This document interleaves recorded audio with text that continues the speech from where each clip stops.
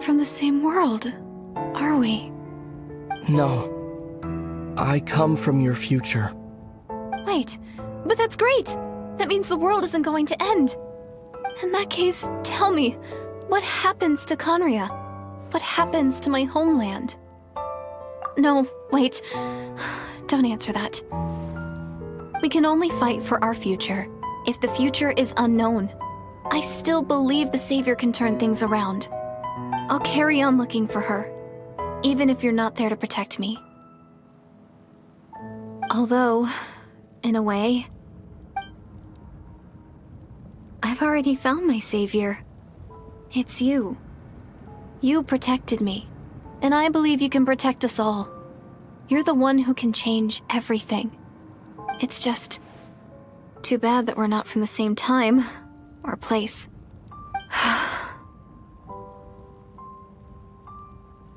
Oh, one last thing before I forget. I know how much you want to find your sister. Surely she must be desperate to find you too.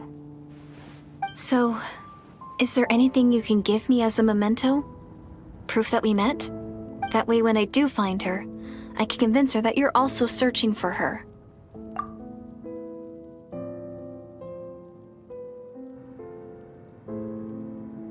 Huh? What is it?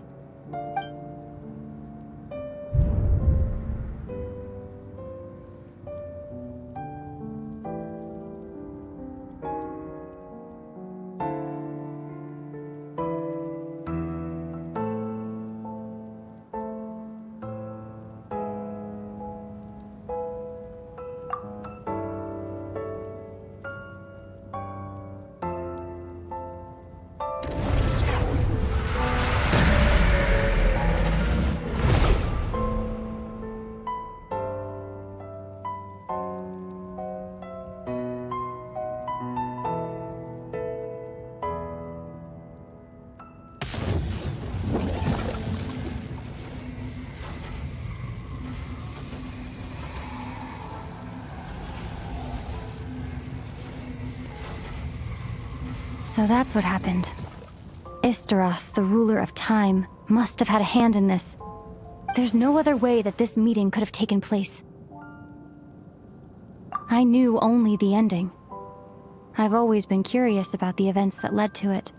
When the Cataclysm first began 500 years ago, I, as the Princess of Conria, was preparing to do my part, to fight back with all my might.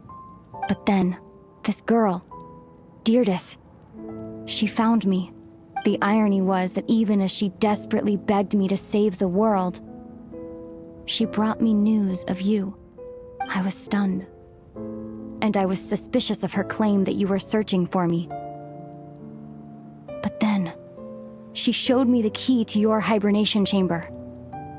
We'd been separated ever since I awakened in Teyvat. I searched the whole planet and found no trace of you anywhere. And then, she brought me that news at the worst possible moment. I was faced with an extremely difficult decision. I desperately wanted to see you again.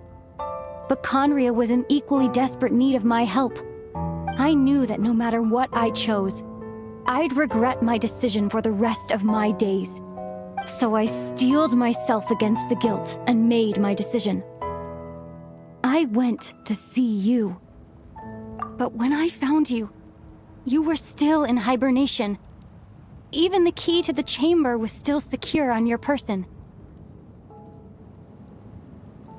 I couldn't make sense of what I was seeing, but there was no time to think. I just grabbed you and ran. That's where we are right now. An intersection in our memories. This question has haunted me for the past 500 years. I never imagined the answer would come to me like this. So my actions 500 years in the future set everything in motion. Are you mocking me, Istaroth?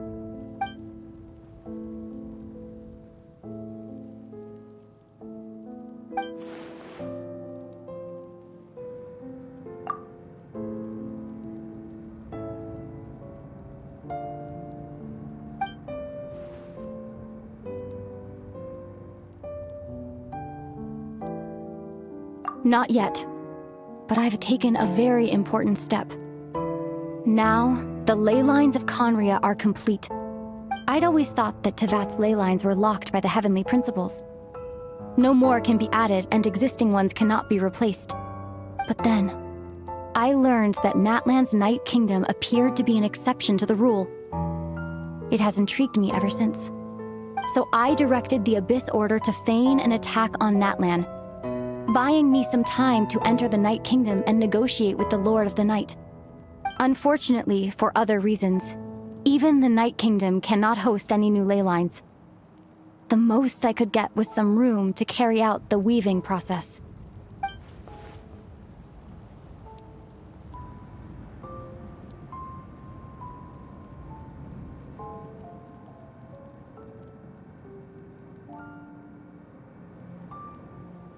Still, I received the Lord of the Night's permission and activated the Loom of Fate. Using an Intivat as the base, I was able to grow a realm based on the Conria of 500 years ago, superimposing it over present-day Natlan's space-time. That superimposition is what allowed you and Deirdith to cross paths.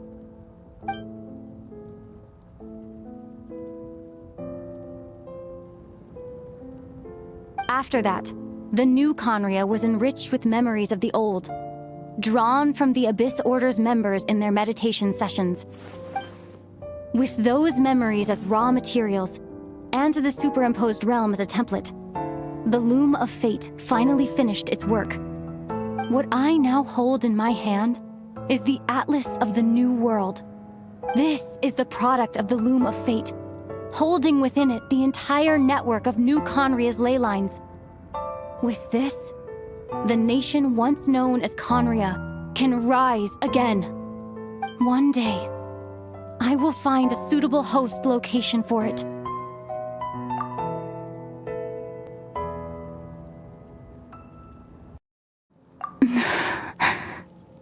When I first arrived in Conria 500 years ago, my memory was completely blank. It was only after I had served as their princess for many years that I slowly began to remember everything, including you.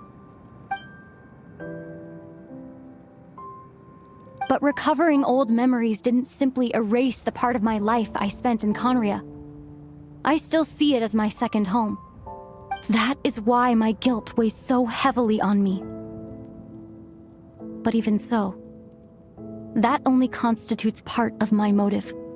More importantly, if I wish to speak with the heavenly principles as an equal, I will need the might of an entire world behind me.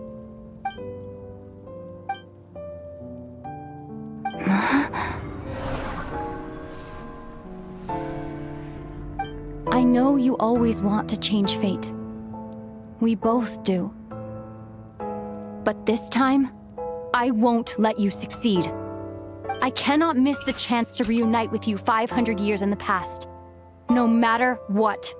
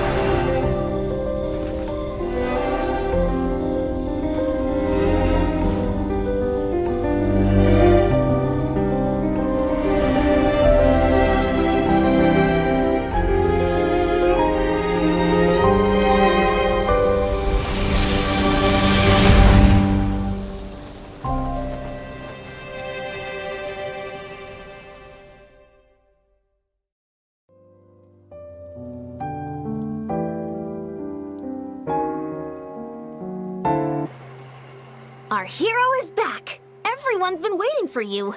The Abyss Order made a full retreat before our forces even arrived on the scene. All thanks to your efforts, no doubt. Oh, and Mr. Dainsliff's, of course. What's... Paimon doesn't know the details either. The Traveler just disappeared after taking Deirdre's hand. It was like they got sucked into another world. Paimon was looking all over for him, and then he suddenly reappeared, right back in the same spot, but looking a lot more glum.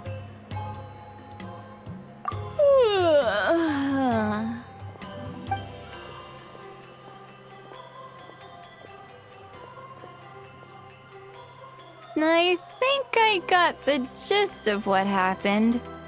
Something to do with your sister? I spoke with the Lord of the Night in a dream just now, and learned quite a lot. Huh? You met your sister? And you didn't think to tell Paimon right away? Well, never mind. Paimon can see that you're pretty down right now. But let's go over everything later, alright? What your sister accomplished? It all but defies comprehension. I was stunned when I heard about it too. But what surprised me the most was that the Lord of the Night actually chose to allow it.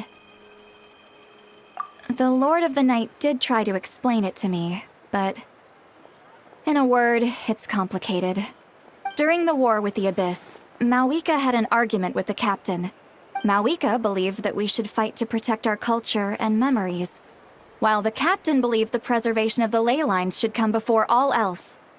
So, the Lord of the Night was very intrigued when presented with the Loom of Fate, and informed of its ability to weave ley lines. She saw your sister's actions as a potential third option, namely to preserve an entire nation in the form of an atlas. Preserve a nation? You've definitely lost me now. You're not the only one. Paimon's got no idea what's going on either. With that in mind, the Lord of the Night gave the go-ahead once she was satisfied that the Loom of Fate wouldn't have any real effect on Natlan. However, I believe she imposed an additional condition of her own. An additional condition? Did she ask for something in return?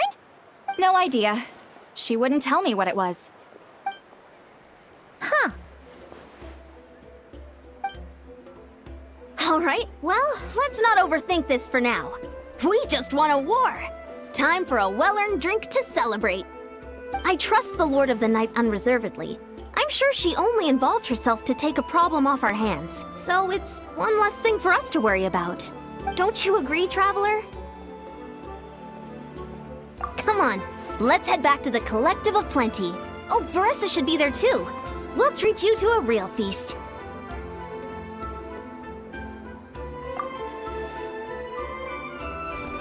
Huh? Ian-san, leave him be.